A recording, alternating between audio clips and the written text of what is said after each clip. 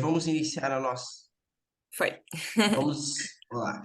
Ok, então, pessoal, muito bom dia a todos. Eu sou o professor Kelvin Taporoski e hoje a gente vai falar sobre fibras dietéticas, fibras alimentares, fibras prebióticas, ok? Desde já fica aqui o meu contato ali ó, no Instagram, @Kelvin Taporoski. Qualquer dúvida que vocês tiverem posteriormente aqui, esse nosso encontro, seja sobre esse assunto, seja sobre qualquer outro assunto, fiquem à vontade, tá, de estar me contactando lá. Vai ser um prazer estar falando com vocês, certo? E também aproveitem para divulgar, tá, esses nossos encontros para que mais pessoas possam ser alcançadas nessas aulas. Bom dia, Luísa. Bom dia, Mônica. Então vamos lá. Pessoal, qual que é a grande proposta da nossa aula de hoje?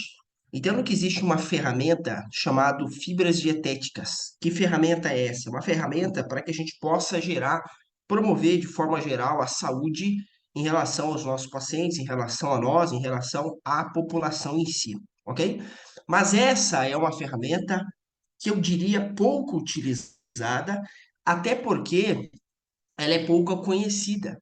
Então, se a gente sai perguntando sobre fibras, seja para o público profissional, seja para o público leigo, todo mundo conhece, todo mundo sabe o que que é fibra. Mas quando a gente começa a discutir mais detalhadamente sobre o assunto, muitas pessoas não sabem discorrer, tá?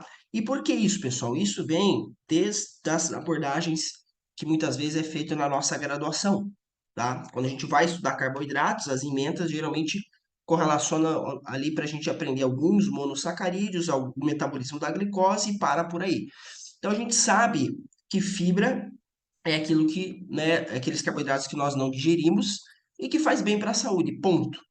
Mas entendam que existe um universo muito gigantesco a ser explorado a partir das fibras dietéticas.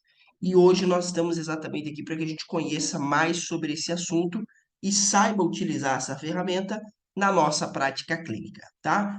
Por isso que o nome da aula, inclusive, é Desvendando o uso das fibras prebióticas, certo? Então a gente começa a nossa aula aqui ó, falando sobre o conceito de fibra. O que que é fibra alimentar?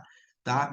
Nós temos diferentes, como que se diz, diferentes conclusões sobre o conceito de fibra alimentar, a depender da onde nós estamos falando. Falando do Brasil, a gente tem inclusive a RDC 360, que classifica, né, conceitua ali fibra alimentar como qualquer material comestível que não seja hidrolisado pelas enzimas endógenas do trato digestivo humano. Ou seja, obviamente tem que ser algo comestível, as fibras são comestíveis, mas nós, as nossas enzimas do trato gastrointestinal do ser humano, não tem capacidade digestiva. Então lembre-se que para a gente absorver essas fibras, a gente primeiro tem que digerir. O que que é a digestão? É quebrar, hidrolisar essas fibras, né? Quebrar ali em pequenas partes para que daí a gente possa absorver. Só que as enzimas do trato digestivo humano não têm capacidade de digeri-las. E por isso que elas, se elas não são digeridas, logo elas não são absorvidas. E por isso que as fibras alimentares, apesar de serem carboidratos, elas não têm propriedade energética para nós. Mas então por que que a gente consome fibra mesmo? Porque nós não digerimos, nós não absorvemos, mas a nossa microbiota intestinal sim. Então, a microbiota intestinal é exatamente o quê? As colônias, né, as cepas bacterianas que habitam, que vivem no nosso intestino. E hoje a gente nem precisa discorrer tanto sobre isso, porque a gente já sabe tamanho que é o impacto da saúde microbiana na nossa saúde metabólica. Então, se eu tenho doença intestinal, eu vou ter doença metabólica. Se eu tenho saúde intestinal, eu tenho saúde metabólica. Ok? Então, lembre-se que a gente tem aqui até algum exemplo ó, de é, dois polissacarídeos, né? Ó, tanto o, a celulose quanto a amilose, ambos são estruturas semelhantes, tá? O que que é semelhante? Ambos são feitos ali de glicose, só que a diferença é o tipo de ligação glicosídica, né? Na celulose a gente tem uma ligação do tipo beta 1,4 e na amilose a gente tem uma ligação do tipo alfa 1,4. Nós conseguimos digerir alfa 1,4, mas nós não conseguimos digerir beta 1,4. Então veja que por mais que o polímero seja muito parecido, somente o tipo de ligação glicosídica faz com que a gente não tenha uma enzima própria para digeri-lo, e isso classifica como uma fibra, ok? Então, seguindo aqui ó, no SRDC, fibra é qualquer material comestível que não seja hidrolisado pelas enzimas endógenas do trato digestivo humano. Inclusive, vale lembrar que na tabela nutricional, fibra alimentar é um dos itens obrigatórios para que seja feita menção, que a gente fale desse produto, qual que é o teor de fibra alimentar, ok? Mas lembre-se, pessoal, o que que é fibra? Qual que é o grande X da questão dessa aula? É a gente entender que fibra é um universo gigantesco. Porque muitas pessoas se referem à fibra alimentar como se fosse um único componente, tá? Então eu vou dar um exemplo paralelo aqui para vocês. Vamos supor que eu falo assim, ó, o aminoácido, ele faz bem para a saúde neural, tá? O aminoácido. O que que vocês vão me perguntar? Qual aminoácido?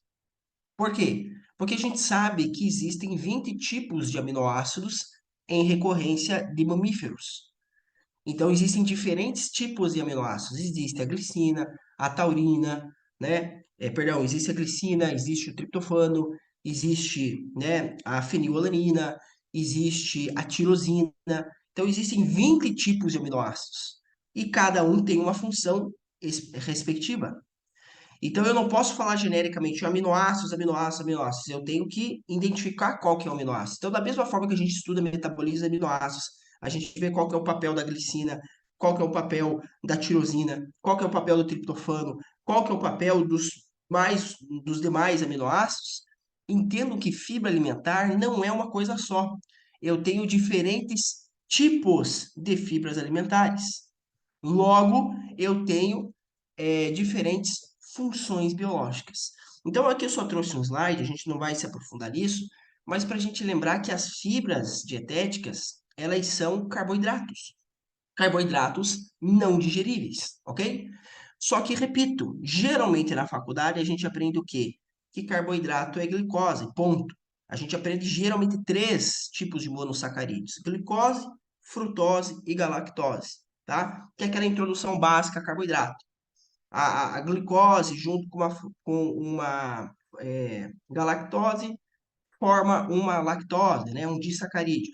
Então, muitas vezes, a grande maioria dos profissionais, estudantes profissionais, resumem carboidratos como glicose, porque é o metabolismo que a gente aprende. Mas entendam que de recorrência natural a gente tem vários outros tipos de monossacarídeos. Por exemplo, o que a gente está vendo aqui, ó. Glicose, que é famoso, galactose, que é famoso, mas lá na classe das aldoses a gente tem arabinose, xilose, manose. Vejam quantos tipos de monossacarídeos diferentes nós temos.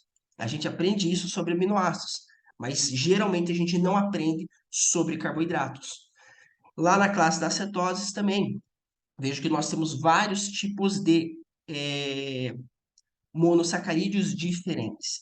E por que que eu estou falando isso, pessoal? Porque os polissacarídeos, né, eles são feitos pelas plantas, no caso em questão que a gente está discutindo. E esses polissacarídeos são sintetizados de diferentes formas. Então, quando eu faço um polissacarídeo, quando a planta faz um polissacarídeo, ela vai utilizar diferentes tipos de monossacarídeo, ela vai fazer diferentes tamanhos de polímero, ela vai fazer diferentes combinações e ela vai utilizar diferentes ligações glicosídicas.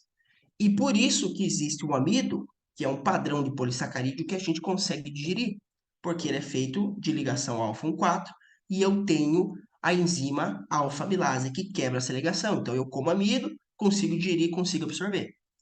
Só que um outro polissacarídeo que tem outro tipo de ligação glicosídea, eu não tenho essa capacidade. Por quê? Porque a planta fez um polissacarídeo com ligação glicosídica diferente e eu não tenho essa enzima. E aí que a gente classifica isso como fibra alimentar, ok? Mas lembre-se mais uma vez, um dos grandes pontos que eu vou bater na tecla aqui. Fibras é um termo genérico para a gente se referir a uma vasta variedade de polissacarídeos e fibras. Então vejam que existem polissacarídeos ó, não ramificados. O que que é não ramificados? É um polissacarídeo sem ramos, é só uma cadeia linear, ok? Existem polissacarídeos que são ramificados. Então, além da cadeia principal, eles têm ramos. Entendam, pessoal, que isso difere. Ele ser ou não ramificado muda totalmente o contexto com o qual a gente interage com ele. Porque um dos princípios de bioquímica é que a função da molécula está atrelada à sua estrutura. De novo, a função molecular, a funcionalidade molecular está atrelada à sua estrutura. Então, se eu tenho essa estrutura ramificada, ela vai ter um tipo de interação. E se eu tenho uma estrutura não ramificada, ela vai ter outro tipo de interação. Então, por isso que, a depender do tipo de fibra dietética que a gente esteja consumindo, eu vou ter um desfecho X ou um desfecho Y. E por isso que, para que a gente possa entender a atividade biológica dos polissacarídeos, das fibras dietéticas, a gente tem que conhecer o quê? Estrutura química, ok? Seguindo nesse exemplo, ó, existem então fibras que são ramificadas, existem fibras que não são ramificadas. E, de novo, isso muda a forma com a qual a gente vai interagir ao consumir essas fibras. Da mesma forma que existem homopolissacarídeos, que são fibras feitas somente de um único monossacarídeo, por exemplo, uma beta-glucana, que eu só tenho uma fibra feita de glucose, ou existem os heteropolissacarídeos, que são aqueles que vão ter diferentes combinações de monossacarídeos. Por exemplo, uma glucomanana, que é uma fibra dietética, só que além de glucose eu também tenho manose. E, de novo, isso vai mudar totalmente o contexto de como isso interage. Então, da mesma forma que a gente tem aquele raciocínio clínico, que se eu quiser, né, ter um precursor da serotonina, ok? Eu vou buscar um triptofano, porque o triptofano é o precursor da serotonina e não a glicina, certo? Ou seja, eu conheço os diferentes tipos de aminoácidos, conheço as diferentes interações que ele tem. Cabe a mim também conhecer os diferentes tipos de fibra dietética e, consequentemente, as diferentes interações que elas vão ter, ok? Então vejam, pessoal, fibra, mais uma vez, é um termo genérico para eu falar sobre todo aquele material, todos aqueles polissacarídeos que não são digeríveis por nós. Mas entendam que da mesma forma que existem 20 tipos de aminoácidos diferentes, existem N números de fibras diferentes, ok? Aqui é um conceito sobre parede celular. Entendo que quem produz esses polissacarídeos, essas fibras, é o reino vegetal, são as plantas. E a planta, ela produz de acordo com as suas características, de acordo com a sua necessidade. Então, por isso que a gente tem uma vasta variedade de fibras dietéticas dispostas na natureza, ok? Então, por exemplo, aqui, ó, aqui são dois modelos de parede celular diferente de parede celular vegetal, ok? Aqui, ó, são dois modelos propostos, não são só esses modelos que existem. Mas entendam que as plantas vão formando essas fibras para montar sua parede celular. E isso muda de uma planta para outra. Por isso que eu tenho vários tipos diferentes de fibras dietéticas, ok? E aqui a gente começa a conhecer esses tipos. Por exemplo, tá? Falando dos polissacarídeos. Vejam que aqui a gente tem uma tabela que fala sobre tipos de polissacarídeos, a qual grupo eles pertencem, tá? Quais são os seus componentes, e aqui nos componentes é o que a gente está falando dos tipos de fibras que nós temos e as suas respectivas fontes vegetais, ok? Então, por exemplo, existem aqueles polissacarídeos que são componentes da parede celular, que é o que a gente classifica lá como celulose, né, que é uma das porções da parede celular, hemicelulose e pectinas, ok? Na celulose, a gente tem basicamente a celulose ali, que é característico das plantas, né? Faz parte, inclusive, da anatomia vegetal. Lá nas hemiceluloses, pessoal, nós temos o quê? Alguns possíveis polissacarídeos que compõem essa hemicelulose da parede vegetal. Exemplo, arabinogalactanos. O que é arabinogalactanos? É um tipo de fibra dietética. Beta-glucano, outro tipo de fibra. Arabinoxilano, mais um terceiro tipo. Glucoronoxilanos, xiloglucanos, galactomananos. Então vejam, só que eu citei seis diferentes tipos de fibras dietéticas. E qual que é a diferença disso, pessoal? Lembre-se, a função biológica está atrelada à sua estrutura.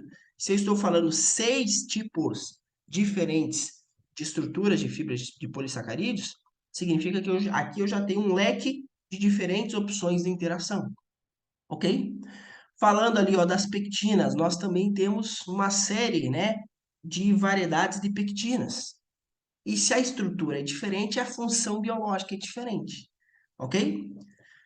Existem, né, polissacarídeos que são componentes de reserva vegetal, por exemplo, os frutanos, né, que aqui engloba ali a inulina e os fruto-oligosacarídeos, os FOS. E o próprio amido, né? O amido ele é um polissacarídeo, ele não é uma fibra, porque a gente tem enzima para digeri-lo, mas ele faz parte, né, da reserva vegetal da planta, ok? E aqui a gente vê, então, da onde são extraídos, né, esses componentes. Falando ali, ó, das gomas e mucilagens, veja que eu tenho, ó, galactomananos, goma guar, goma luxtosa, ok? Diferentes tipos de goma, opsílium. Então aqui a gente começa a abrir o leque e conhecer esse universo chamado fibras dietéticas. Então, mais uma vez, fibra dietética não é um único componente. Existem vários tipos de fibras dietéticas. E aqui, ó, pessoal, são padrões observados a partir dessas fibras, ok? Então veja que eu tenho vários tipos de fibras, ó, celulose, beta-glucana, né?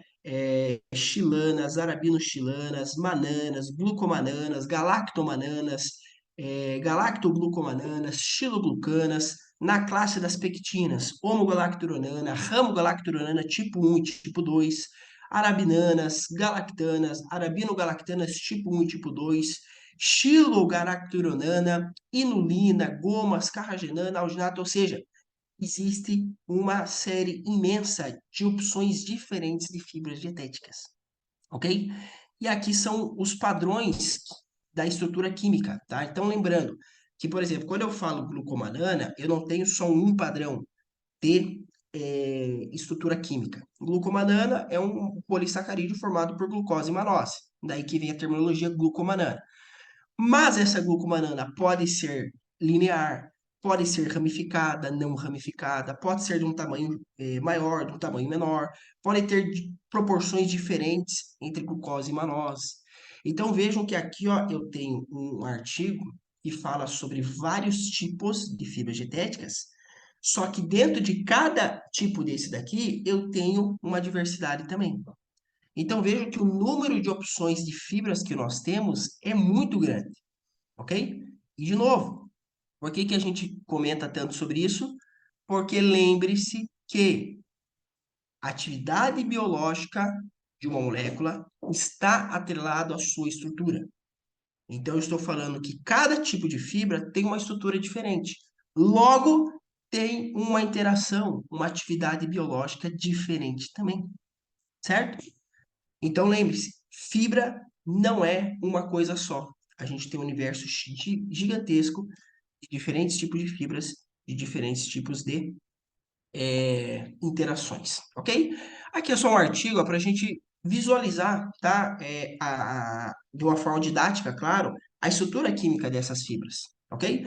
Então vejam, por exemplo, aqui quando eu tenho ó, uma beta-glucana na figura C, ela é uma fibra formada só por unidades de glucose, tá? Então glucose é essa bolinha azul, ó, e ela tem esse padrão, ligações 1, 3, 1, 4, ok? É um tipo de fibra. Só que quando eu falo, por exemplo, de uma ramogalacturonana tipo 1, vejam que eu tenho uma complexidade estrutural bem mais distinta, ok? O que que eu tenho nessa fibra? Eu tenho galactose, eu tenho, né, arabinose, eu tenho outros polissacarídeos que compõem essa fibra, raminose, ácido galacturônico, ok? Então vejam que isso é um universo totalmente distinto quando a gente compara uma fibra com a outra. E por que que a gente está falando isso, pessoal? Porque todas essas opções aqui, ó, não são digeríveis por nós, tá? E por que que a gente consome elas? Porque essas fibras lá no nosso intestino vão ser fermentadas pela nossa microbiota intestinal. Só que vejam que, como eu estou falando desde o início da aula, a fibra não é tudo igual. E como não é tudo igual, elas têm aqui, ó, essas estruturas diferentes, composição diferente, ligação glicosídica diferente, complexidade estrutural diferente. Isso torna, tá, essas fibras talvez mais fermentáveis ou menos fermentáveis. Mas o que que é mais ou menos fermentáveis, pessoal? Esse termo é no sentido da gente dizer o quê? Que eu tenho muitas bactérias que têm capacidade de digestão, de fermentação, ou poucas bactérias que têm capacidade de fermentação, ok? Então, eu vejo que eu tenho uma complexidade estrutural diferente de uma fibra para outra, ok?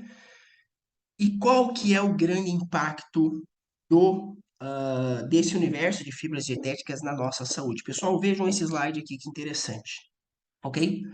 Entendam que os carboidratos, eles representam a biomolécula mais abundante do planeta. Repito, os carboidratos são a biomolécula mais abundante do planeta. A gente mora no planeta Terra, cuja biomolécula mais abundante é carboidrato. O que mais tem aqui de biomolécula são os carboidratos, ok? Mas vejam que quando a gente avalia toda essa imensidão de diferentes tipos de carboidratos, que é o que a gente está vendo aqui, ó, diferentes tipos de fibras, diferentes tipos de ligações glicosídicas, diferentes tipos de estruturas, e a gente avalia o genoma humano, tá? Que tem mais ou menos ali, ó, 22 mil genes, nós temos basicamente 17 enzimas que fazem digestão de carboidrato, ok? Por exemplo, né, a lactase, que digere a lactose, né, a sacarase, que digere a sacarose, a amilase, que digere o amido, ok? Então, o que que eu estou vendo aqui, pessoal?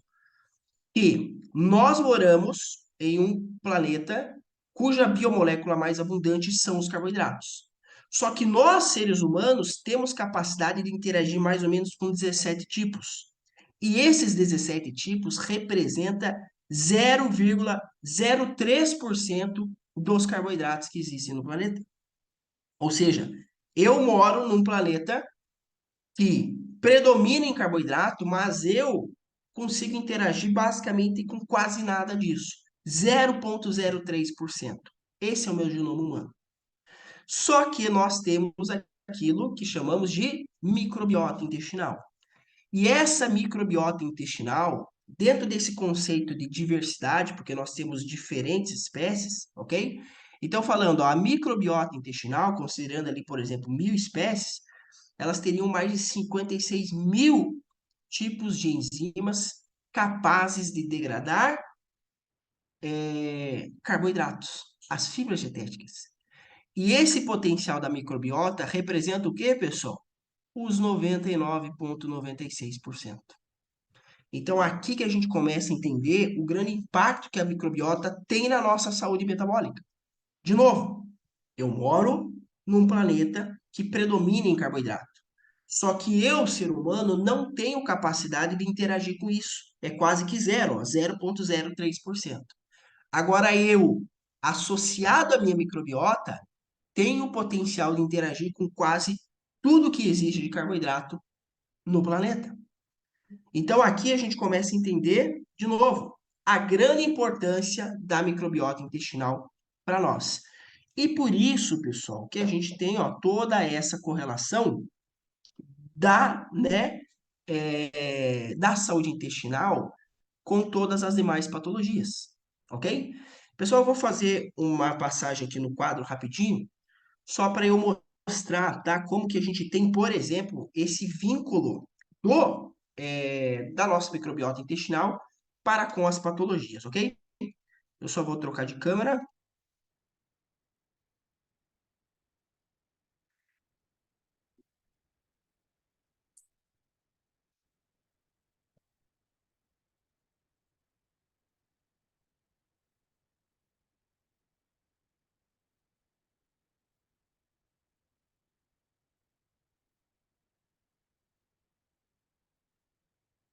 Pessoal, vamos lá. Então, entenda o seguinte, tá? Como que funciona o nosso intestino, certo? O nosso intestino, ele tem ali aquela camada mucosa, aquela camada que reveste internamente o intestino, que é feito de tecido epitelial, ok? E nesse tecido, a gente tem os enterócitos. Os enterócitos são células intestinais, que tem mais ou menos esse formato aqui, ok? E esses enterócitos, por se tratarem de um tecido, células pertencentes a um tecido epitelial, eles ficam, ó, dispostos dessa forma aqui, ó, que é o que a gente chama de função barreira, ok? Então, aqui, ó, tem 1, 2, 3, 4, 5, 6, 7 enterócitos. Então, 7 células, ok? Que que são células intestinais. A conformação dessas células é no formato justaposta. O que é justaposta? Justaposta é quando eu tenho célula lado a lado. Né? Eu tenho uma célula, tenho outra e eu não tenho espaço entre elas. Elas ficam unidas, ok? E essa união, pessoal, ocorre a partir de proteínas, que é o que a gente chama de tight junctors, né? Ou junções T. Então, as células, elas ficam nessa conformação justaposta, lado a lado, não sozinhas. Existe uma proteína que pega uma célula, pega outra célula e grampeia. Então, essas proteínas, ó, que eu fiz em azul, têm função como se fosse uma função grampo. Elas ligam as células para elas ficarem presas, ok? Então, nós temos aqui, ó, esse perfil intestino, certo? Então, aqui a gente tem, ó, células justapostas. O que é células justapostas? Células lado a lado. E, em azul, as junções T. Junções T, que são proteínas que ligam. Para que isso, pessoal? Por que a gente tem esse formato, tá, de intestino? Porque lembre-se que o intestino ele é uma possível rota de entrada para micro-organismos. E aqui embaixo, ó, a gente tem a nossa corrente sanguínea. Okay? Então, eu não quero que o micro-organismo que esteja aqui, ó, nessa região que a gente chama de lúmen intestinal, ok? Eu não quero que o micro-organismo que esteja aqui, ó, migre para o meu sangue, porque senão isso vai gerar uma infecção, né? Vai gerar ali uma resposta inflamatória. E essa infecção pode ser sistêmica. Então, nós temos essas células intestinais, ó, no formato da disposição justaposta, exatamente para fazer uma barreira. Barreira impedindo que aquilo que esteja no lume intestinal passe para a corrente sanguínea de forma não seletiva, ok? Além disso, pessoal, essas células, elas também produzem o quê, ó? Produzem muco. Ah, então em verde a gente tem o muco. E esse muco serve para quê? Para formar aquilo que a gente chama de barreira mucoide. Esse muco, ó, ele faz mais uma camada protetora do meu intestino. Ok? Então, aqui a gente tem, ó, a camada mucoide. Certo? Além disso, existem também, ó, células imunológicas que estão dispostas entre os enterócitos para fazer, né, a devida proteção. Ok? Então, esse aqui, ó, pessoal, é um exemplo de um intestino que está com a sua função barreira preservada. Ok? Então, todas essas características promovem aquilo que a gente chama de função barreira. O que é a função barreira? Eu não permitir, ó, que componentes indesejáveis do lume intestinal extravasem para o meu sangue, para a minha corrente sanguínea. Ok? Para isso eu tenho que fazer uma barreira. Como que eu faço barreira? Enterócitos na composição justaposta, lado a lado, junções T, proteínas grampeando essas células, barreira mucoide, produção contínua de muco, e também de células imunológicas, ok? Isso permite a função barreira, ou seja, eu tenho passagem de substâncias para cá? Sim, mas somente substâncias que eu quero. Então, quando eu consumo, né, um alimento, faço digestão e absorvo, mas essa absorção vai acontecer por receptores dessas células, ok? Agora, o que não me interessa tem que ficar aqui no lume intestinal. Mas, além disso, pessoal, lembre-se que nós temos a nossa, então, denominada microbiota intestinal. Então, são bactérias que colonizam o nosso intestino, ó, estão aqui. Ok? Essa aqui é a nossa microbiota intestinal. Vamos fazer em azul aquelas bactérias comensais, bactérias que a gente chama benéficas, ok? Promovem a saúde. Por que essas bactérias promovem a saúde, pessoal? Porque entendo que essas junções T, tá? Essas proteínas, ó, que grampeiam os enterócitos e preservam a função barreira, elas são estimuladas por expressão gênica dessas bactérias. A camada mucoide também. Então, toda a saúde intestinal depende dessas bactérias comensais, ok? Mas lembre-se que existe também no nosso lume as bactérias potencialmente patogênicas, tá? Por que potencialmente patogênicas? Ó, em vermelho, seriam bactérias que podem, de alguma forma, gerar algum tipo de patologia em nós, ok? Podem gerar dano. Mas por que a gente chama de potencialmente patogênicas? Porque entendo ó, que nesse exemplo didático que eu fiz, ó, que eu tenho uma predominância de bactérias benéficas, algumas bactérias potencialmente patogênicas, elas não nos causam mal. Inclusive, elas têm um papel em relação ao equilíbrio da saúde intestinal, tá? Então, esse cenário aqui, ó, pessoal, é o cenário de intestino saudável, ok? Esse aqui, ó, seria o cenário de um intestino saudável. Qual o cenário que é mesmo? Vamos revisar? Células justapostas, junções T fazendo função grampo, barreira mucoide e equilíbrio da microbiota intestinal, ok? Todos esses pontos geram a função barreira. Ou seja, eu posso ter ó, as bactérias potencialmente patogênicas aqui, que isso não é um problema, porque está em um ambiente de equilíbrio. Ok? Mas, o que pode acontecer aqui, pessoal? Alguns hábitos de vida, e quais são eles? Né? Quais são esses hábitos de vida? Má alimentação,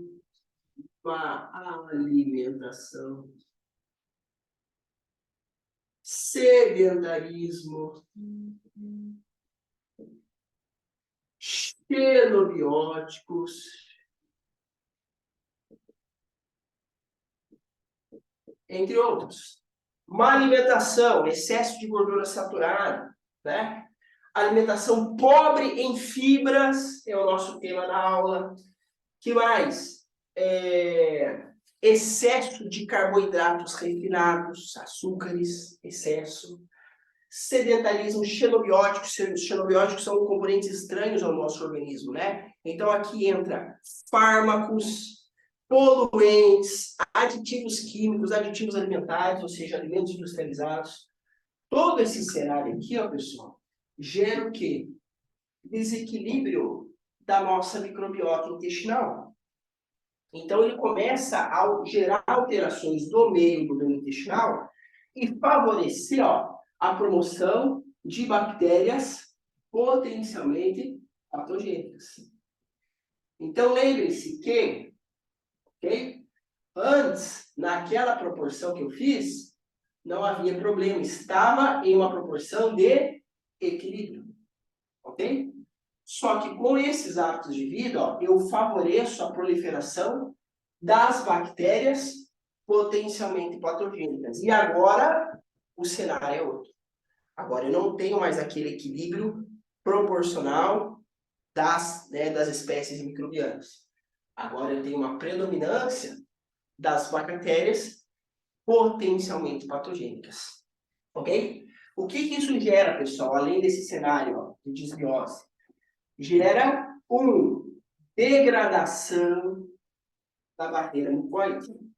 Porque lembre-se que o próprio muco ele é expressado ó, pelas outras bactérias. Né? Então, eu tenho degradação da camada mucoide. 2, eu tenho, pessoal, degradação das junções T, porque eu também tenho expressão, as junções T também dependem do equilíbrio microbiano. Então, eu tenho degradação das junções T e, consequentemente, eu tenho a perda da conformação justaposta. Isso é o que a gente chama de hiperpermeabilidade intestinal. Hiperpermeabilidade intestinal ou leaky gut, que seria o termo em inglês para isso. O que acontece, pessoal? Lembra que os enterócitos, eles estavam juntos, justaposta. Para quê? Para fazer função barreira. Só que quem mantinha essa conformação era a proteína junção T, a proteína gram. Essa proteína que quebrou. Eu não tenho mais ela. Ok? Então, o que acontece, pessoal? Os meus enterócitos não ficam mais na conformação justaposta. Ok? E aqui, ó, eu tenho um quadro de hiperpermeabilidade intestinal. Lembra que antes, ó, as bactérias não passavam. Por quê? Ó, elas não passavam porque tinha a barreira mucoide e tinha, né, não tinha espaço entre as células para elas passarem. Agora tem. Ok? E qual que é a relação dessa saúde intestinal com a saúde metabólica? Essas bactérias agora, ó, elas conseguem passar. Ok? Elas conseguem passar, ó, por essa permeabilidade. E chegar onde? Na nossa corrente sanguínea. Qual que é o problema disso, pessoal? Lembre-se que nós temos dois tipos de parede celular bacteriana. Ok? As bactérias, né, as paredes celulares de bactérias gram-positivas e gram-negativas. Qual que é a diferença? Nas bactérias gram-positivas, ok? Então, ó, gram-positivo, a gente só tem uma substância chamada peptídeo glicano, ok? Já na bactéria gram-negativa, a gente tem um pouquinho de peptídeo glicano, a bactéria tem, né, peptídeo glicano na sua composição, mas ela também tem o lipopolissacarídeo gram-negativo, que é o LPS. Ok? Então, veja só, nas bactérias gram-positivas, eu só tenho peptídeo glicano. Nas gram-negativas, que é o exemplo ó, que está extravasando aqui, além do peptídeo glicano, eu também tenho lipopolissacarídeo, LPS. E por que eu estou falando isso? Porque lá na nossa corrente sanguínea, a gente sabe que nós temos o quê? Células imunológicas. Essas células imunológicas, elas têm receptores, porque elas fazem defesa do nosso corpo, ok? Receptores, por exemplo, do tipo TLR4, Toll-like receptor 4. Para que serve esse receptor? Por exemplo, lá do nosso macrófago, tá? Macrófago. Para que serve esse receptor?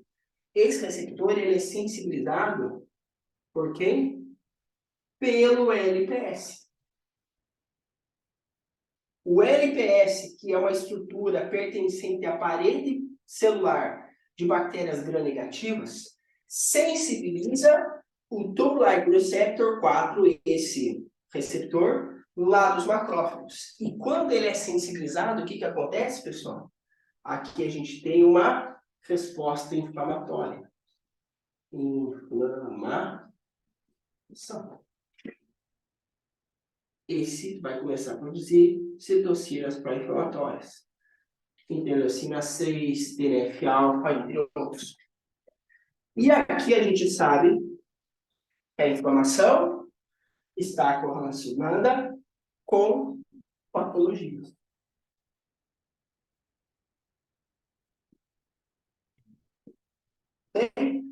Quando a gente vai estudar várias patologias, o que eu tenho como base patológica? Inflamação. Doenças cardiovasculares, inflamação. Diabetes mellitus tipo 2, inflamação. Doenças neurodegenerativas, Alzheimer, Parkinson, esquizofrenia, inflamação. Dislipidemias, inflamação. Então, a inflamação a gente sabe que está correlacionada com o quê? Com, basicamente, todas as patologias, das quais são, né, estão lá, por exemplo, no top 10 causas de morte no mundo. vocês pegarem a última atualização da Organização Mundial de Saúde, vocês vão ver que das 10 maiores causas de morte no mundo, 7 são doenças crônicas não transmissíveis. 7. O que é doença crônica não transmissível? Não é uma injúria, não é um acidente, não é transmissível, não é um vírus, né, não é uma infecção, é uma patologia que o paciente desenvolve ao longo dos anos, né, ao longo da vida. E, como dos principais, não exclusivos, mas dos principais fatores de influência, a gente tem o quê? Hábitos de vida. E um deles é o quê? A alimentação. Por quê? A alimentação altera as características do volume intestinal, promove a proliferação de bactérias potencialmente patogênicas, ou seja, que tem potencial patogênico, gera degradação da barreira mucoide, gera degradação das funções T, promove a hiperpermeabilidade intestinal, o extravasamento de bactérias gram-negativas, a sensibilização de Toll-like receptors, ALPS, e a resposta inflamatória. E essa inflamação está na fisiopatologia de todas essas doenças, que são as maiores causas de morte no mundo. Então, por isso, pessoal, por este cenário aqui, que hoje a gente não consegue falar de saúde sem falar de intestino. Por que existem aquelas correlações? Eixo intestino-cérebro. Porque está aqui, esse quadro, né, de patologia, essa inflamação, é o que gera, por exemplo, estresse oxidativo, promovendo radicais livres, que degradam, né, lesionam proteínas lá do neurônio e começam a acumular proteínas de baixo peso molecular no neurônio, gerando obstrução na sinapse e gerando, por exemplo, Alzheimer. Então, a fisiopatologia do Alzheimer pode vir desse cenário aqui. Má alimentação, Alzheimer. É só a gente vir para cá. O que mais mata no mundo? Isquemia cardíaca e infarto agudo do miocárdio. Primeira e segunda maior causa de morte no mundo. Que vem da onde? De alterações, por exemplo, dos vasos sanguíneos, né? São doenças cardiovasculares. E a gente tem a fisiopatologia lá, por exemplo, da formação da aterosclerose. O que é a formação da aterosclerose? Eu tenho um excesso de LDL, esse excesso de LDL é oxidado, gera a LDL oxidada, o macrófago fagocita e gera célula espumosa. O acúmulo de célula espumosa forma a placa aterosclerótica, e aí isso pode formar um trombo, isso pode formar, né, uma obstrução do vaso. É o que mais mata no mundo. Ou seja, para essa fisiopatologia acontecer, eu preciso da oxidação do LDL. A oxidação do LDL vem da inflamação, que nesse nosso exemplo, a origem inflamatória é o intestino. Estão entendendo? Então é por isso que eu não consigo falar sobre saúde sem falar de intestino. Porque está correlacionado tanto na saúde quanto na doença. Ok? E essa é a grande realidade do cenário, né, mundial. Por isso que das 10 maiores causas de morte no mundo, 7 são doenças crônicas não transmissíveis. O público leigo, às vezes, pensa que o quê? Acidente de trânsito, é assassinato. Não, isso nem está no top 10. O que mais mata no mundo são doenças desenvolvidas ao longo da vida, estimuladas principalmente por hábitos de vida, que está aqui. Ok? E como que eu mudo esse cenário, pessoal? Aí que entra as então denominadas fibras dietéticas. Porque lembre-se que lá no meu cenário ideal de intestino, eu tinha o quê? Um equilíbrio entre as bactérias comensais e as bactérias potencialmente patogênicas. A doença veio a partir desse desequilíbrio. E o que gerou esse desequilíbrio? Hábitos de vida. O excesso de gordura saturada, excesso de carboidratos refinados, excesso de industrializados, aditivos químicos, xenobióticos. E como que eu começo a mudar esse cenário, pessoal? Primeiro, né, obviamente, eliminando esses hábitos de vida. É o primeiro passo. Atividade física, né? Diminuir a exposição aos agentes químicos. E falando de alimentação, né, diminuir o excesso tanto de gordura saturada, de alimentos industrializados e de excesso de açúcares, mas incluindo o quê? Fibras dietéticas. Por quê, pessoal? Lembrem-se, as fibras dietéticas são polissacarídeos não digeríveis pelo nosso intestino, tá? Então, aqui eu tenho uma fibra. Ela não vai sofrer a ação das proteases, das lipases, da milase. A gente não quebra ela. Então, ela chega intacta onde? Lá no lume intestinal. Então, as bactérias comensais, elas conseguem o quê? Fermentar essas fibras. E o que é fermentação?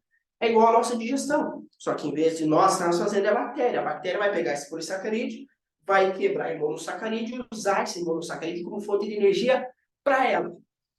Mas lembre-se que, já dizia, né, a lei de Lavoisier, na natureza nada se cria, nada se perde, tudo se transforma. Elas degradam esse polissacarídeo em monossacarídeo, utilizam, né, esse monossacarídeo como fonte de energia e produzem o que, pessoal? Gases, certo? E metabólitos. Esses metabólitos são produzidos por essas bactérias. São quem? Os então denominados ácidos graxos de cadeia curta. Esses ácidos graxos de cadeia curta, pessoal, adivinha? Eles são absorvidos pelas nossas células, independente da impermeabilidade. Vamos focar aqui, ó. E aqui, esses ácidos graxos de cadeia curta, eles estão relacionados com a promoção à saúde.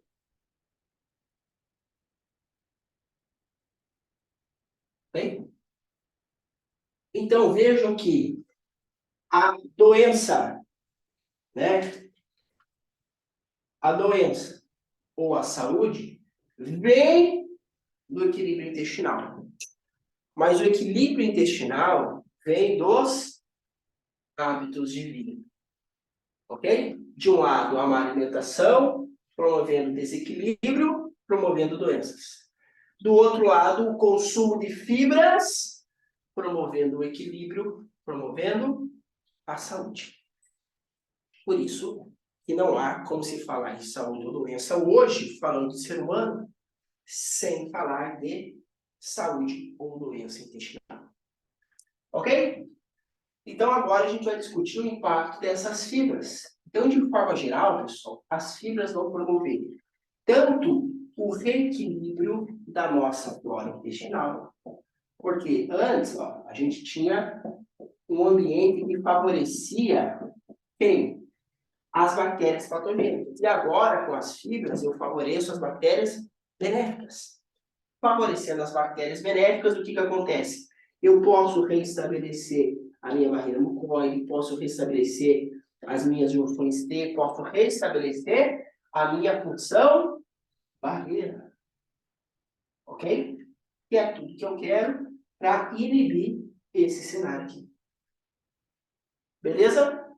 Então é o que a gente vai falar sobre fibras dietéticas. E vejam, pessoal, aqui ó, mais um comentário muito importante. Hoje muito se fala sobre terapia de probióticos, o que é super válido, tá? A terapia de probiótico, ela é muito bem-vinda. Só que essa é uma ferramenta que você tem que saber usar. Por quê, pessoal?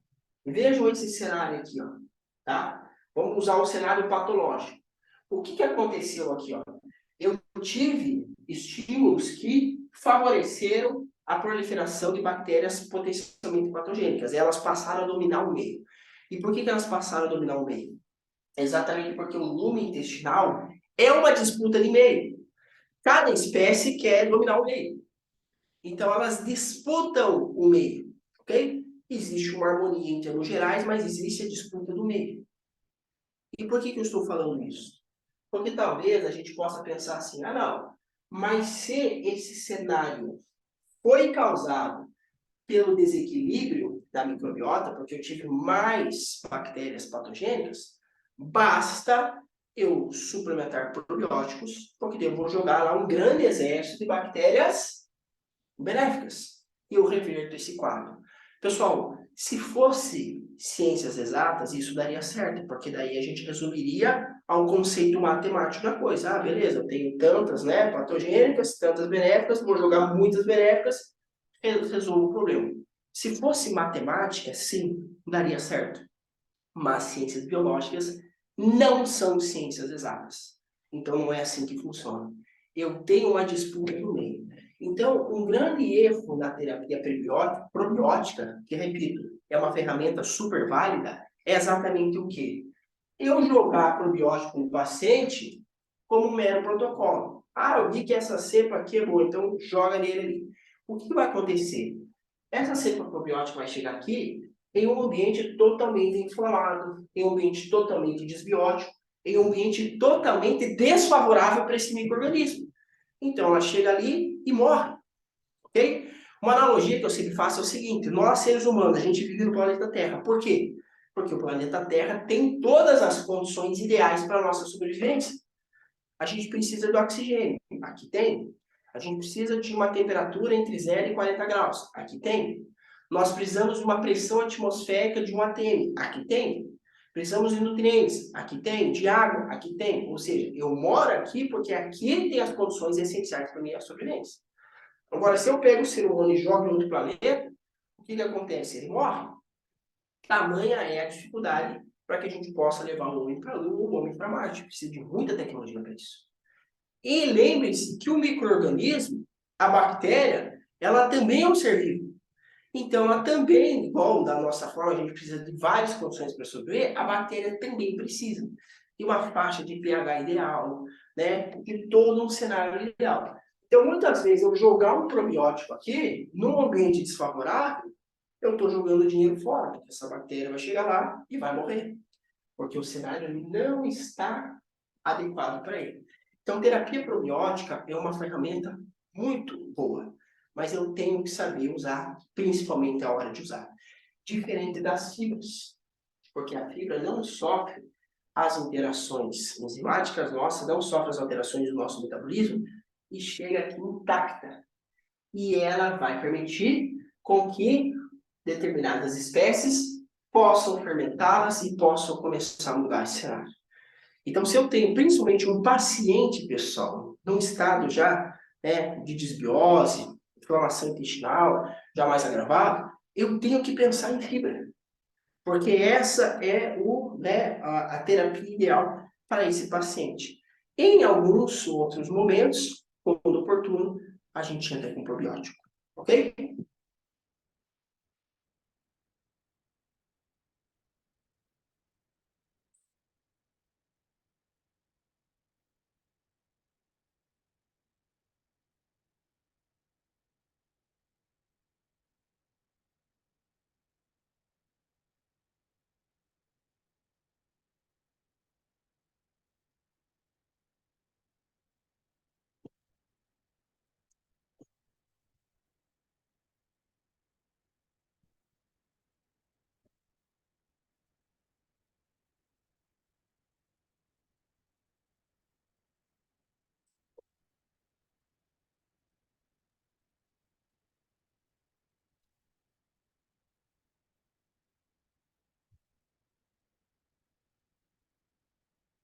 Vamos lá. Ó. Qual seria a melhor combinação de probióticos para pós-antibiótico terapia? Com metronidazol e cipro, intoxicação alimentar. Veja, a terapia de probiótico e também de prebióticos não é sugerida só no pós, né? Após a administração de antibióticos. É o ideal até que a gente faça antes, durante e depois, né? O antes, às vezes, não é possível porque o paciente chega para você, ele já está fazendo o tratamento. Mas pelo menos durante e depois. Então, paralelo à administração de antibiótico, a gente deve já fazer, né, a administração de probióticos e prebióticos, porque lembre-se, o antibiótico, ele é o quê? Um agente que ele vai degradar, né, eliminar bactérias, micro-organismos bacterianos. Mas ele não tem distinção se é uma bactéria boa ou se é ruim. Ele vai, né, eliminar como um todo. Então, a terapia de antibióticos tem esse impacto negativo na microbiota intestinal. Então, por isso que durante já a administração do antibiótico, eu posso trabalhar com a administração de cepas, ok? E no pós também. Então, os estudos que mostram essa correlação mostram exatamente isso. O paciente que só fez, ele avalia o perfil da microbiota, né? O paciente que só fez uso de antibiótico, ele teve uma depressão significativa da microbiota. Já o paciente que fez o antibiótico, mas associado a probióticos, a depressão foi bem menor e a recuperação foi muito mais rápida, principalmente usando durante, paralelamente depois, tá? E entendam que, como eu tenho uma depressão geral, eu posso trabalhar com diferentes cepas, tá? Então, a gente pode trabalhar com lactobacillus casei, bifidobacterias bifidum. Eu posso fazer uma formulação geral, porque eu não tenho um ponto específico para trabalhar com isso. Eu vou ter uma depressão viral, então eu posso trabalhar com uma prescrição mais genérica também, ok? Vamos voltar aqui para o slide. E probiótico seria somente biomassa banana verde, frutas, aveia, ou melhor adicionar fósforo também. Então é o que a gente vai falar aqui agora. Então, prebióticos, pessoal, lembre-se, a gente tem uma classe gigantesca de opções. Tem estruturas diferentes, igual a gente falou no início da aula, e, consequentemente, função diferente. Então, eu vou discorrer agora sobre isso, tá? Então, de como a gente trabalhar com essas ferramentas, beleza? Pessoal, para quem chegou depois, ó, mais tarde na aula, já fica aqui o meu contato, ó, que é Alvin Taporoski. Qualquer dúvida que vocês tiverem posteriormente à aula, seja sobre esse assunto, seja outro assunto, podem me contactar lá pelo Instagram, tá? Que a gente interage por lá também, beleza? Então, voltando aqui para a aula, pessoal, aqui é só o desfecho, ó. Então, como, né, eu gosto de fazer a explicação no quadro para ficar um pouco mais didática, mas como que a microbiota impacta em todas essas alterações que estão correlacionadas aqui, ó. Doença hepática, doença cardiovascular, doenças neurodegenerativas, alterações do apetite, ó, depressão, ansiedade, autismo, estresse, né, diabetes, resistência à insulina, obesidade, quadros alérgicos, inflamação crônica subclínica, tá? Então, por isso que eu devo preservar a minha saúde intestinal. Mas falando, vejam só, pessoal, que é um artigo muito interessante também, ó, que avalia o seguinte: quando eu falo de fibras, eu tenho vários tipos, que é o que a gente viu aqui, ó. Vários tipos diferentes de fibras, vários tipos de estruturas diferentes e, consequentemente, diferentes tipos de interação. Porque lembre-se, o princípio de bioquímica, a função biológica está atrelada à estrutura da molécula. Se eu tenho a estrutura X, função X. Se a estrutura Y, função Y, ok? Então, por isso que a gente estuda a química, né, na química de carboidratos, a estrutura da molécula para entender como que essa estrutura vai ter, né, a determinada atividade biológica, por exemplo, ok? Então, vejam que nas classes de componentes prebióticos que nós temos aqueles prebióticos que são de baixa especificidade, ok? O que que é a baixa especificidade?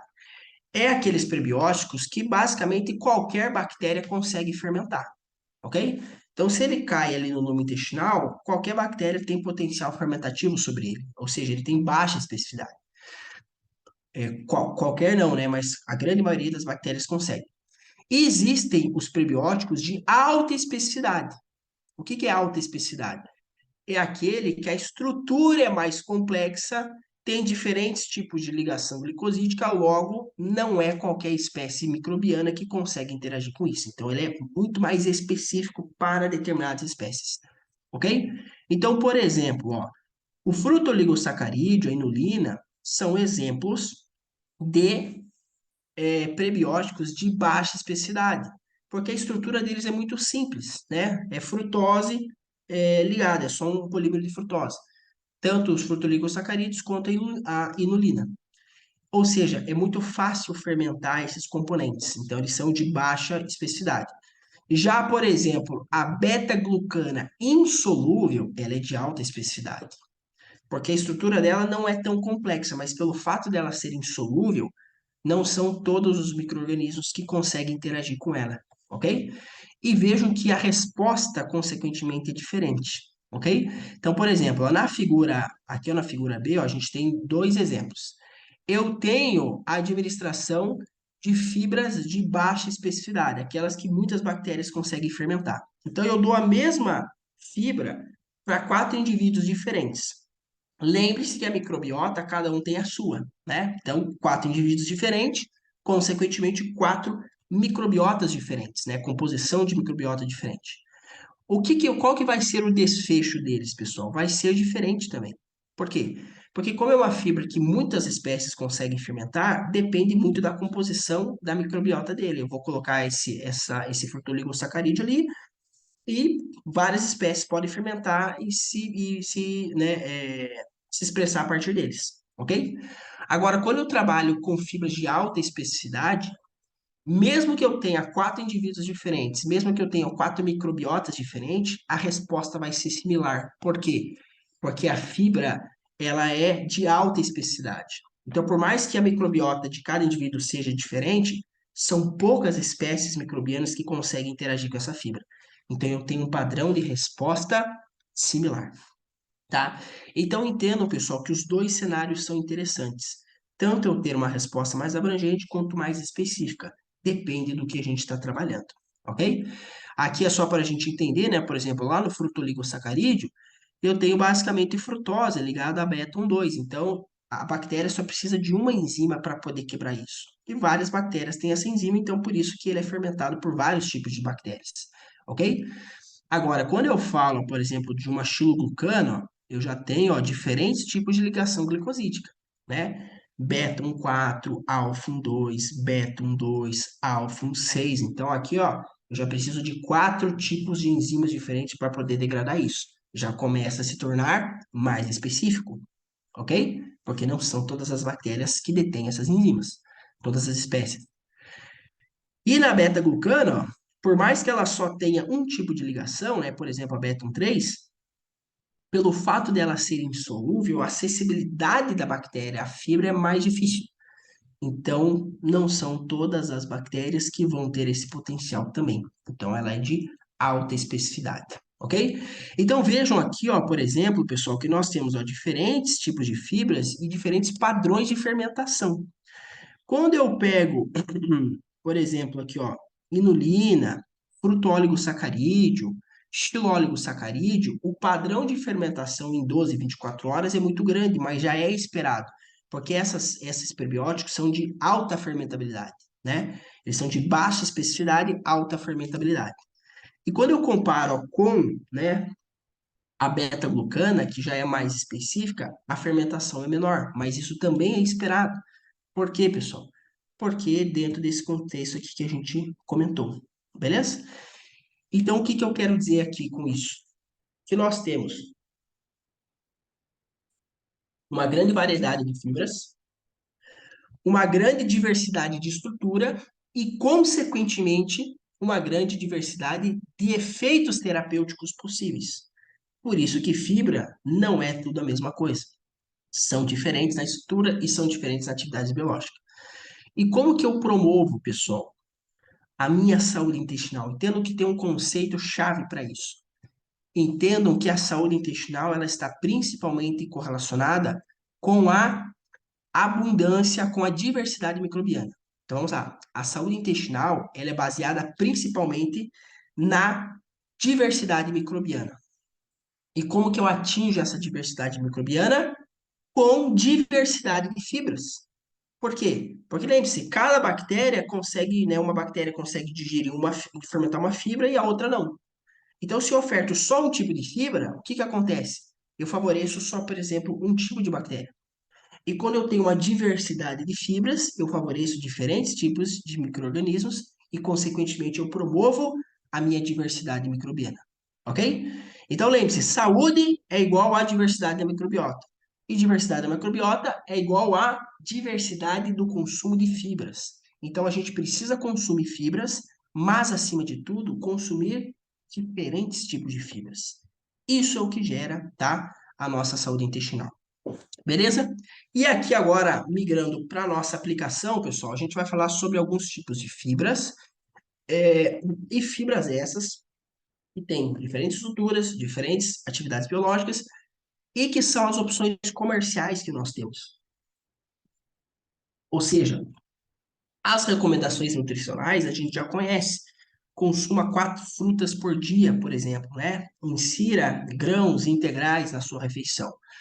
Mas a gente sabe que no contexto nutricional hoje, muitas vezes é difícil o paciente alcançar, né, essas orientações. E aí que a suplementação de fibras entra como uma possível estratégia a depender do perfil do seu paciente, ok? Então vejam lá, nós temos na classe das frutanas aquilo que a gente chama de fruto-oligosacarídeos, né? O que que são fruto-oligosacarídeos? São esses oligosacarídeos, né, formados a partir de uma sacarose ligada a várias frutosas, né? Então a gente tem ali, ó, por exemplo, a questose, nistose, né? Frutose e que são exemplo dos então denominados fruto-oligosacarídeos, ok? E a gente tem diferentes tamanhos, né, desses oligosacarídeos, e entendo que quando esse componente ele vai tendo unidades, né, maiores e passa de 100 unidades, é o que a gente chama de inulina, tá? Então, inulina é como se fosse um fruto-oligosacarídeo, só que já no tamanho de polímero, ok? Isso é a inulina, certo? Veja o que nós temos aqui, ó, algumas fontes de inulina, né? Ó, a alcachofra, banana, alho, raiz, chicória, cebola, então onde a gente contém alimentos, e as funções biológicas atreladas à inulina. Então, a promoção, né, da microbiota intestinal saudável, função imunológica, redução do risco de diabetes tipo 2, obesidade, osteoporose, doenças cardiovasculares, câncer, e lembrando que a gente também tem evidência em humanos, né, a partir desse tipo de prebiótico, tá? Aqui são alguns estudos, ó, até feitos pelo grupo de pesquisadores lá da onde eu faço doutorado em química de carboidratos, né? Então, o nosso grupo lá trabalha com química de carboidratos, então a gente extrai fibras dietéticas das mais diversas fontes possíveis, caracteriza, purifica e testa a atividade biológica, ok? E esse daqui é um dos estudos feito pelo grupo lá. Então, vejo que foi encontrado, ó, inulina na carqueja. Então, na carqueja e, a saber, no chá de carqueja, né? Porque foi feito a partir da infusão. Então, a próprio chá de carqueja é fonte de inulina. E aqui foi um estudo avaliado, né, que teve efeito hepatoprotetor. Então, a gente já tem essa correlação da carqueja, né, do chá de carqueja tendo propriedade hepatoprotetora.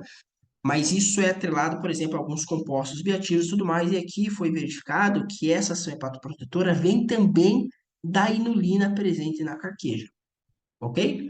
Aqui é um outro estudo também, ó, publicado pelo nosso grupo lá, ó, que foi encontrado inulina no guaco, ok? E também houve ação hepatoprotetora a partir da inulina é, extraída, então, do guaco, ok? E aqui, ó, pessoal, são algumas orientações em relação à prescrição de inulina, certo? Então, a gente pode trabalhar com doses ali de até 5 gramas de inulina para fins de modulação intestinal. Em que momento que eu gosto de usar inulina, pessoal? Lembre-se que a inulina, ela é de baixa especificidade e alta fermentabilidade. Então, aquele cenário que a gente desenhou ali no quadro, aquele paciente, né, e chega até o consultório num ambiente já de desbiose e tudo mais, é um momento que eu gosto de trabalhar com essas opções de prebióticos de baixa especificidade, ok? Porque às vezes eu trabalhar com de alta especificidade para ele ali, né, vai ser mais difícil porque ele já está num ambiente desbiótico. Então eu gosto de trabalhar com inulina, frutólico sacarídeo, galactólico sacarídeo, as fibras de baixa especificidade, ok? Então, se eu tenho o objetivo de promover uma modulação intestinal nesse paciente, 5 gramas por dia, consumir um sachê pela manhã, tá? É um protocolo bacana para isso. E lembrando que nós temos também muitos estudos relacionando a ilunina com o manejo de diabetes mellitus tipo 2, tá? E aí eu posso trabalhar com algumas cepas que estão correlacionadas também com esse manejo dessa patologia, né? Então, Lactobacillus casei, Acidófilos e Bifidobacterium bifidum, e associar com a inulina também, ok? Então, consumir 30 minutos antes das refeições, certo? Então, esse aqui seria uma opção de simbiótico, que eu estou usando probiótico e fibras também, e prebióticos também, ok? Outra opção que nós temos, tá, de fibras comerciais é exatamente os galacto-oligosacarídeos, tá? Então, eles são similares ali aos fruto-oligosacarídeos, só que são oligosacarídeos de galactose, ok? Então, a partir, ó, da degradação da própria lactose, a gente tem a formação dos galacto-oligosacarídeos, certo? Lembrando, pessoal, que eles são muito presentes aonde? A partir da amamentação materna, né? Então, dentro da composição riquíssima que é o leite materno, a gente tem galacto-oligosacarídeos. E vejam que isso é um princípio do quê? Da mãe, né, da genitora, produzindo prebióticos, não para alimentar o bebê, porque o bebê não vai digerir esses prebióticos, né? A gente não digere, a gente não extrai fonte de energia. Mas vejam como a natureza, né, ela é incrível. Mesmo não sendo,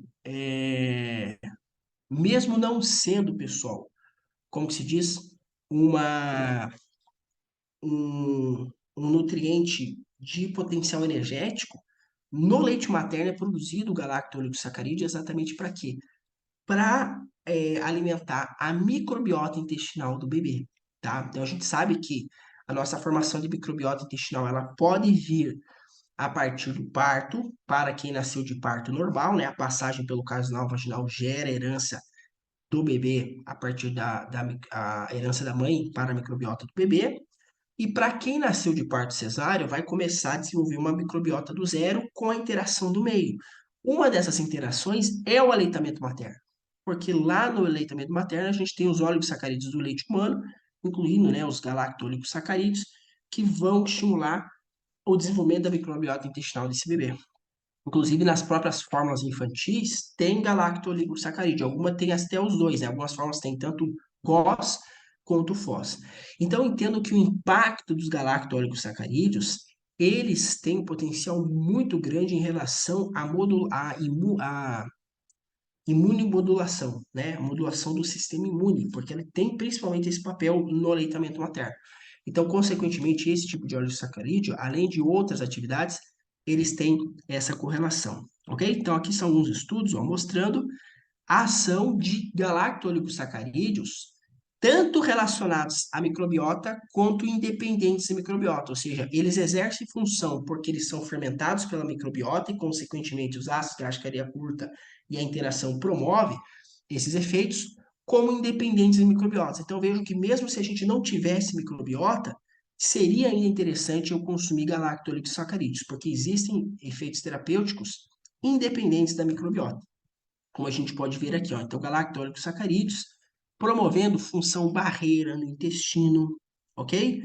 Aqui também, ó, função imunológica, modulação do NF-kappa-beta, né, que é o fator de transcrição nuclear kappa-beta responsável por desencadear a inflamação.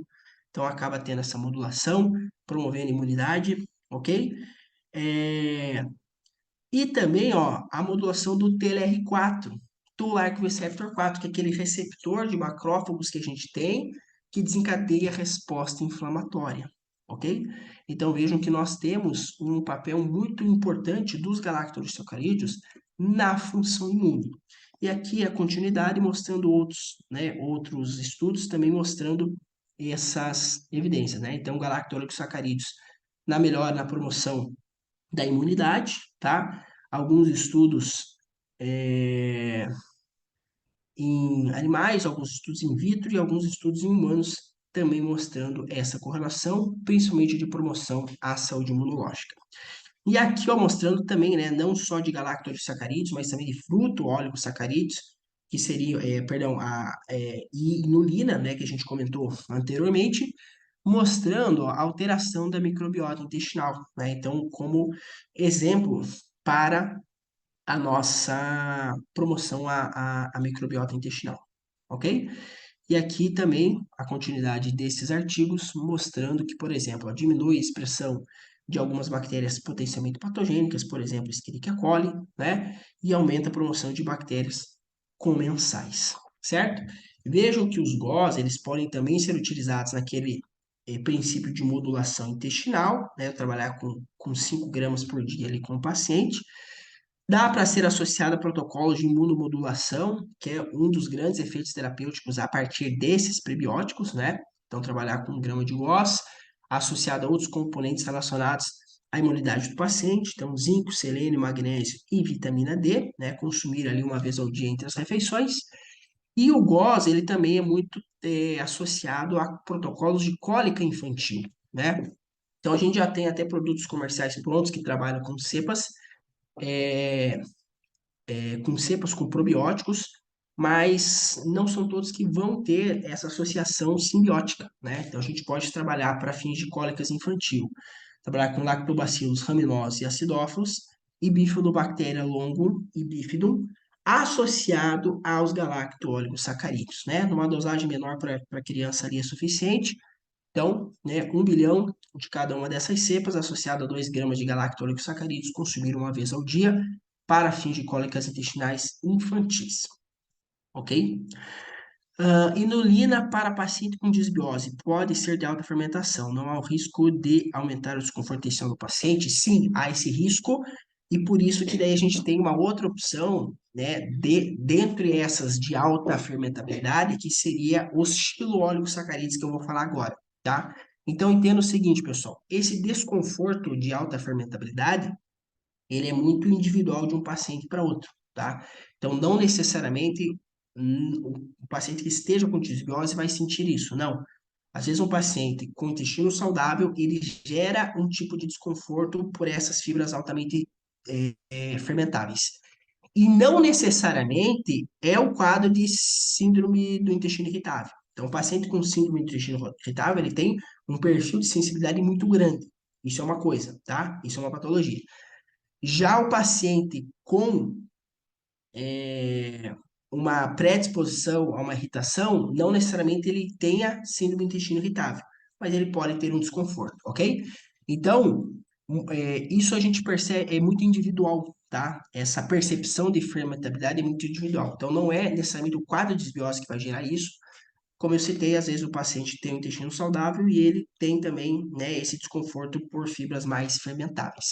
E aí a gente tem outras opções que também têm um perfil alto de fermentação, mas menor quando comparado, por exemplo, com inulina, ok? E é o nosso próximo aqui, a saber, os xiloóligosacarídeos, né? Então, ó, xilobiose, xilotriose, xilotetraose, entre outros óligo, né? Sacarídeos formam os então denominados xiloóligosacarídeos. Então, a gente falou, né, da inulina, que é um polímero maior dos fós, o GOS, que é os galacto-oligosacarídeos, e agora xiloóligosacarídeos, certo? Vejam que esses componentes, esses oligosacarídeos, eles também têm, né, uma fermentabilidade, eles também produzem ácidos, consequentemente, né, ácidos graxos de cadeia curta.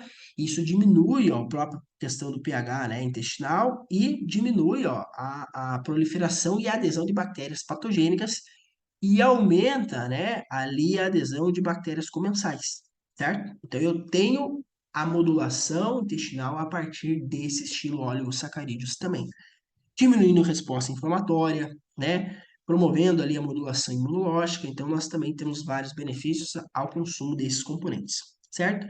Vejo que a gente tem vários efeitos benéficos já relatados na literatura em relação aos xiloóligosacarídeos, né? Modulação imunológica. E eu colocaria como destaque aqui, pessoal, a propriedade antioxidante, tá? Então, os efeitos antioxidantes a partir desses componentes, ok? Efeitos na microbiota, efeito antitumor, entre outras, efeitos terapêuticos a partir deles, ok? Então, eu sempre penso em chós, pessoal, no seguinte sentido. Ou para o paciente que apresenta, né, algum tipo de queixa em relação à fermentabilidade, que foi o comentário, né, a pergunta da Elisa. Então, o paciente tem esse tipo de predisposição, eu posso tentar, né, trabalhar com chós. Às vezes, se isso for mais aferido, o próprio xiloglossacarídeo também pode gerar algum tipo de desconforto, mas ele é menor, bem menor, quando comparado com, né, a inulina, por exemplo, ok? Então, eu posso pensar em utilizar o xiloóligosacarídeo nesse sentido, né? Então, se o paciente sente desconforto com a inulina, vou trabalhar com chós. E vejam que a gente trabalha com doses menores do que ele. Por quê? Porque o Chos, apesar dele ser, né, bem fermentável, ele é um pouquinho mais específico, ok? Então, ó, 2 gramas nos protocolos propostos de modulação intestinal, ok? Para fins de imunomodulação, a gente pode tomar doses bem menores, até encapsuladas, tá? 3 vezes ao dia desse estilo oligosacarídeos, ok? E vejam que ele também é proposto como simbiótico para intolerância à lactose. Eu posso promover, né, a melhora desse quadro de intolerância à lactose no paciente, trabalhando com algumas cepas, por exemplo, Lactobacillus reuteri, Bulgaricus, Raminosos e Acidófilos e Bifidobacterium longo, associando esse probiótico, né, fazendo uma formação simbiótica com o estilo oligosacarídeos 2 gramas 30 minutos antes das refeições, ok? Então eu tenho, né, como visão dos shots, tanto a propriedade antioxidante que eles têm, né, em maior escala, digamos assim, quanto essa características deles serem um pouco mais específicos, por isso que a gente até trabalha com menores doses, e nesse quadro de possível desconforto do paciente, eu trabalhar com eles, ok? Falando agora, pessoal, de polissacarídeos mais específicos. Nós temos, tá, aqui as glucomananas, então são polímeros, né, formados por glucose e malose, podem ser ramificadas, podem não ser ramificadas, podem ser acetiladas, então tem uma série de possíveis variações. E a nossa glucomanana comercial, pessoal, ela é extraída da konjac, tá? A konjac é uma raiz asiática que tem ali na sua composição essa fibra. E vejam que ela já é muito relatada na literatura com ação, né, antidiabética, efeito laxativo, atividade prebiótica, anti-inflamatória e anti-obesidade, ok? Então entendo, pessoal, que a glucomanana eu gosto de trabalhar ela principalmente para 2 questões. Para a questão de promoção à saciedade do paciente e redução do colesterol. Por quê? A glucomanana ela tem uma característica de viscosidade muito alta. Ela é extremamente viscosa, ok? E essa alta viscosidade auxilia muito na redução do colesterol, ok? Então vejam que a glucomanana ela tem efeito terapêutico, inclusive na inibição, tá, da HMG-CoA redutase, que é a enzima que converte lá o HMG-CoA em melavonato para produzir o colesterol. Ela tem, ou seja, o mesmo princípio ativo das estatinas. Os fármacos né, de combate e manejo do colesterol, que são as estatinas, eles fazem esse mesmo princípio ativo. Eles inibem a HMG-CoA redutase. E a glucomanana também tem esse potencial de ação, ok? Então, nós temos efeitos muito significativos na redução do colesterol pela administração de glucomanana. Vejam que essa aqui é uma revisão sistemática, ó, que trabalhou, né, a ação das glucomananas comparando com outras fibras em relação à viscosidade. Então, eles pegaram várias fibras, compararam a viscosidade, e a glucomanana ela tem um maior teor de viscosidade, quando comparado com mais de 10 tipos de fibras, ok? Por quê? A glucomanana ela absorve a água e forma um gel, e isso, né, é um gel extremamente viscoso. Então, por isso que ela tem essa capacidade também no próprio lume intestinal de sequestrar muito do colesterol e sequestrar muito, como se diz, ácido biliar. Então a gente acaba excretando mais bile e, consequentemente, a gente tem que produzir mais bile se a gente excretou mais. E como que a gente produz mais bile? A partir do colesterol. Então eu começo a usar mais colesterol para formar mais bile que eu estou jogando, que eu estou excretando mais. Então o meu colesterol sérico nesse cenário tende a cair, ok? Então por isso que ela é a principal fibra para trabalhar a questão da redução do colesterol, hipercolesterolemia. Pessoal, eu tenho vários casos de pacientes, tá, que vêm até o consultório administrando estatina e acabam descontinuando o uso da estatina após consumirem, né, suplementarem glucomanana. Isso não é uma promessa, porque a gente sabe que a hipercolesterolemia vem de diversos fatores, né? Mas, e não sou eu, claro, que tira, né, a prescrição. Mas o colesterol dele baixo e o próprio médico que prescreveu acaba descontinuando, tá? Então, aqui a gente tem uma fibra com grande potencial terapêutico para redução do colesterol. Ela é associada muito à questão da antiobesidade, por quê? Não que ela não tem nenhuma propriedade para emagrecimento, tá? Mas essa é uma fibra que ela é, absorve, igual eu falei, absorve a água e forma um gel. E ela forma um gel na parede do estômago. e isso promove saciedade. Então, é interessante a gente trabalhar até com a glucomanana mais ou menos 30 minutos antes da refeição do paciente, porque ele consome essa fibra, quando ele chega na refeição 30 minutos depois, ele já está saciado. Então, ele tem uma tendência de comer menos. Então, ela estimula o déficit calórico, né? Então, ela não tem propriedade de emagrecimento, mas indiretamente promove saciedade. Saciedade come menos é déficit calórico, o paciente emagrece. Tá? Então, ela é uma opção para a gente também trabalhar na promoção à saciedade e no remanejamento de peso. Por essa característica dela formar gel na nossa parede estomacal, ela é associada também a efeito gastroprotetor, ok?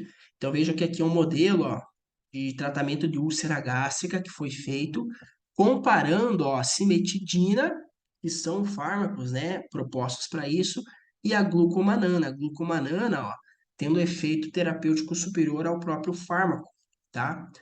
É, Aqui foi uma glucomanana, né, extraída ó, de orquídea. Aqui é uma glucomanana extraída de palmeira, ó, de uma outra fonte, e também o mesmo modelo. Foi observado no tratamento anti-úlcera gástrica e a glucomanana teve um efeito, né, gastroprotetor. Beleza? Então, nos protocolos, ó, eu tenho três opções. No tratamento de hipercolesterolemia, o paciente administrar 500 miligramas por dia, né, uma cápsula por dia. Perdão, 30 minutos antes das principais refeições, ok? Na gastroproteção, é, eu posso administrar entre 500 até 1,2 gramas de glucomanana, ok? E quando que eu vou colocar isso, pessoal? Depende. Então, eu tenho muito paciente que é aquele paciente que acorda e toma um omeprazol. Por quê? O omeprazol é um fármaco, né, da classe dos inibidores de bomba de prótons, para inibir a acidez. E por que que ele acorda e toma? Porque logo de manhã começa essa sensação de queimação. Então, em que momento que eu coloco a glucomanana para esse paciente? De manhã, porque é o momento que ele sente a dor, ok? Já tem aquele paciente que essa queimação vem lá no final do dia. Ah, começa das 6 horas, eu começo a ter... É lá nesse horário que eu vou colocar a glucomanana para ele, ok? Tem paciente que esse desconforto é associado à refeição. Então, eu também coloco associado à refeição. Então, se a minha ideia é trabalhar com a glucomanana para fins gastroprotetor, eu identifico em que momento que eu tenho desconforto no paciente e insiro ali, ok? Então, consumir ó, uma a duas vezes ao dia associado aos episódios de desconforto gastrointestinal. Manhã, à noite, ou de manhã à noite, dentro dessas dosagens, ok? E aqui um protocolo de obesidade, certo? Então vejam que nós temos aqui, ó, alguns mais cepas, né? Então, Lactobacillus casei, gazelle, plantarum, luminosos, Bifidobacterium breve e longo, que a gente pode trabalhar nesse remanejamento da obesidade, e a glucomanana também 500 miligramas. Consumir 30 minutos antes das principais refeições. Por quê? 30 minutos antes, porque aquele princípio de estimular a saciedade no paciente, né? Ele consome, forma gel, ocupa ali parte, né, da região estomacal dele, isso promove saciedade e ele tende a comer menos, ok? Isso pode ser 2, 3 vezes ao dia também, tá? Eu geralmente associo, principalmente nas refeições que a gente sabe que o paciente, né, acaba extrapolando. Então, é muito comum, às vezes, eu prescrever uma vez à noite só, porque o café da manhã o paciente nem toma, o almoço dele é bom, e ele só vai comer à noite, só que à noite ele acaba comendo muito e acaba, né? Aí é nesse momento que a gente coloca. Ou às vezes antes do almoço, antes do jantar, então a gente pode trabalhar com essas opções, ok? Aqui, ó, pessoal, a gente vai falar da arabinoxilana. O que que é arabinoxilana? A arabinoxilana é mais um exemplo de fibra que é encontrada no psyllium. Então, lembre-se, o psyllium é a espécie da planta, né? É um vegetal, o psyllium. A arabinoxilana é a fibra que a gente encontra no psyllium, beleza? Então, o psyllium é uma espécie, é igual eu falei ali, a glucomanana. A glucomanana a gente encontra, por exemplo, na konjac. Konjac é a raiz, glucomanana é a fibra. Então, o psyllium é a planta, né? A arabinoxilana é a fibra que a gente tem. Então, comercialmente a gente fala psyllium, né? Mas o certo seria a gente se referir ao tipo de fibra em questão, no caso, essa arabinoxilana. Vejam que a arabinoxilana, a fibra do psyllium, ela está associada à diminuição de triglicerídeos, de LDL também pela via lá dos ácidos biliares. Ela é, né, fermentada, ok? Então, também produz ácidos graxos de cadeia curta e tem a melhora na saúde intestinal. Vejam que ela é associada à redução do risco de doença coronariana, ok? Entre outras questões, então a fibra do psyllium. E aqui, ó, vários, né, ó, estudos mostrando a correlação com a redução de colesterol e de triglicerídeos também, ó, em diferentes doses, né? 14 gramas por dia, 7 gramas por dia, 6 gramas por dia. E aqui são estudos em humanos, tá? Mostrando esses protocolos de suplementação da fibra, tá? Então, eu gosto de usar o psyllium tanto para perfil lipídico, a gente pode trabalhar com 6 gramas, ó, 30 minutos antes das principais refeições, nos mesmos moldes propostos ali da glucomanana, ok? Para saciedade também, mas vejo que a gente trabalha mais, né? Porque ela também forma gel, ela também é viscosa, não tão viscosa quanto a glucomanana. E aqui seria para associar junto às refeições. Lembrando que 8 gramas, a gente está falando de sachê. Então, a glucomanana, 500 miligramas, 1 grama, é via cápsula, tá? Já o psyllium, nessa quantidade, a gente vai trabalhar com sachê. Então, geralmente, misturar com alguma bebida, ok? Que a gente pode trabalhar, ou uma receita, né? Fazer um bolinho ali, alguma coisa, dá para jogar esse sachê também. E daí o paciente consegue comer tranquilamente, ok? E vejam que o psyllium, pessoal, ele é uma das fibras que a gente trabalha muito para síndrome do intestino irritável. Por quê? Porque a síndrome do intestino irritável é exatamente o quê? O paciente que tem uma irritação a partir de componentes altamente fermentáveis. Então, eu não consigo trabalhar com esse paciente com inulina, não consigo trabalhar, né, com galacto oligosacarídeo. Essas fibras altamente fermentáveis vai gerar desconforto nele, ok? Só que entendo que esse paciente, ele depende de consumir fibras. Então, o que que acontece muito aqui? O paciente tem síndrome do intestino irritável e ele tem aquela percepção que ele não pode consumir nada que seja fermentável. Então, quando eu falo fibra para ele, ele, não posso consumir fibra. E é errado. A gente não tem hoje na literatura, muito bem concluído, o que gera a síndrome do intestino irritável.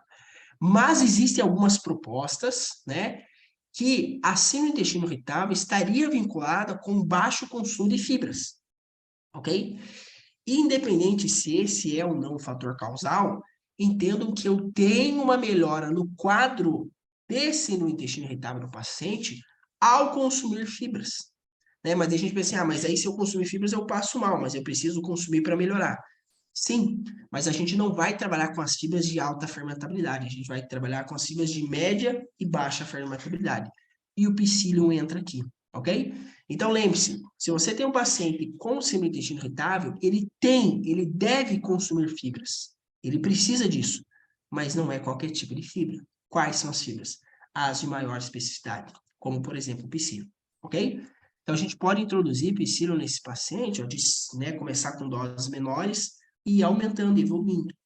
Só que a gente vai introduzir e evoluir gradativamente a dose administrada de acordo com a tolerância do paciente observado. Vamos começar com 500 miligramas?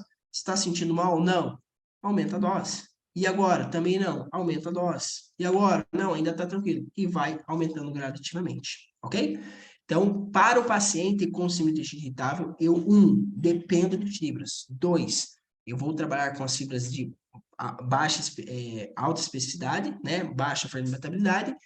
E 3, eu vou inserindo gradativamente e vendo a tolerância. Quando ele chegar assim, não, essa dose, né, começou a gerar um pouquinho de desconforto, aí a gente já estabeleceu para ele. Porque isso também é individual, eu não tenho um padrão. Por isso que eu não sugiro aqui uma dose padrão, entendeu? É isso daí, ok? Então, observe a tolerância do seu paciente e vai evoluindo nesse sentido. Psyllium pode ser misturado na comida ou precisa ser adicionado em água, visando a saciedade? Não, pode ser misturado na comida sim, tá? E vejam, a questão da água, eu não preciso diluir ele em água. Eu posso consumir ele puro, né? Claro, isso vai ser mais intragável pela característica dele, mas eu posso consumir. Porque essa água que ele vai absorver é a água do próprio intestino. Só que é importante que o paciente esteja hidratado, né? Para que ele tenha, né, tanto a glucomanana, principalmente, quanto o psyllium, ele tenha água para absorver do intestino. Então, essa hidratação que acontece, a formação de gel, é do próprio intestino, tá? Então, pode ser junto com a comida também, não tem problema, tá? Eu uso muito o psyllium em receitas. É uma banana, um ovo, psyllium, mistura ali e faz um bolinho, por exemplo, né, na frigideira, no micro-ondas, é uma forma da gente consumir, né, quantidades até maiores desses componentes. E aqui, ó, pessoal, nossa última fibra, que é a beta-glucana, né? Então, cadê? Beta-glucana, que é uma fibra formada ali, né? Ela é por glucose, ligado. Lembre-se que a gente tem a beta-glucana, né? Tanto de origem vegetal quanto de origem fúngica também, ok? Então, veja o que nós encontramos, né? Por exemplo, na aveia, no farelo de aveia, principalmente, né? Porque o farelo de aveia é como se fosse a casquinha ali da aveia, então ela tem um teor de beta-glucana maior do que o flocos em si, ok? E ela tem muitos ensaios relacionados à redução do colesterol também, ok? Então, aqui são alguns estudos, ó, que trabalhou com o perfil lipídico dos pacientes, então redução de triglicerídeos, de colesterol LDL, né, em diferentes proporções, ó, beta-glucana, 3 gramas ao dia, 1,5 a 3 gramas ao dia, ok? Só que isso a partir das fontes, né, de aveia, no caso. Então, ela também tem esse impacto em relação ao perfil lipídico, tá? Ela também tem a questão da própria saciedade, não tão evidente quanto as fibras anteriormente comentadas, mas a gente também pode trabalhar dentro dessa perspectiva, ok? E aqui, ó, vários, né, ensaios mostrando essa administração, né, dessas fibras e também a questão ali da redução do perfil lipídico. Mas a beta-glucana tem muitos estudos também, pessoal, relacionado ao perfil glicêmico, né? Então, para tratamento ali de pacientes com diabetes mellitus tipo 2, pacientes com resistência à insulina, pacientes, né, com quadros crônicos de hiperglicemia. Então, a modulação intestinal contribuía para esse cenário também, ok? Então, aqui são algumas propostas e protocolos. Ó, a beta-glucana a gente pode utilizar associada à promoção ali de melhora, modulação do perfil glicêmico, né? Então, associar, por exemplo, com carnosina, que tem propriedade antiglicante, né? A beta-glucana em si e o picolinato de cromo, né? Consumir 30 minutos antes das principais refeições. E ela também pode ser associada na questão da síndrome do intestino irritável, porque ela tem, né, uma maior especificidade quando comparada com as demais fibras. Mas também acompanhando ali as observações e a progressão do paciente, ok? E, pessoal, essa então foi a nossa abordagem, tá? A gente viu diferentes tipos de fibras, diferentes tipos de aplicações, mas lembrem-se que, em termos gerais, a saúde intestinal vem a partir da diversidade da microbiota. E essa diversidade da microbiota é alcançada a partir da diversidade de consumo de fibras. Então, lembre-se que na inserção de fibras dietéticas do seu paciente, você tem que pensar em quantidade mais em diversidade, tá? É o exemplo das frutas que a gente comenta lá, né? 4 porções de frutas por dia. Pode ser 4 porções da mesma fruta, 4 bananas? Pode, né? Mas seria muito interessante, torna-se mais interessante, torna-se melhor ainda, se você ter a variedade dessas frutas, se forem 4 porções diferentes, né, de diferentes frutas, por exemplo. E dentro dos nossos propósitos de suplementação também, né? A gente tem ali 6 tipos de fibras comerciais que têm características diferentes, aplicações diferentes, mas a gente também pode pensar nisso naquele universo de diversidade na prescrição para a diversidade microbiana e, consequentemente, promoção à saúde, ok? Agradeço a atenção de vocês, mais uma vez fica aqui o meu contato, qualquer dúvida que vocês tiverem, podem, né, me contatar ali pelo Instagram. Vai ser um prazer estar falando com vocês. Pessoal, se alguém tiver alguma dúvida.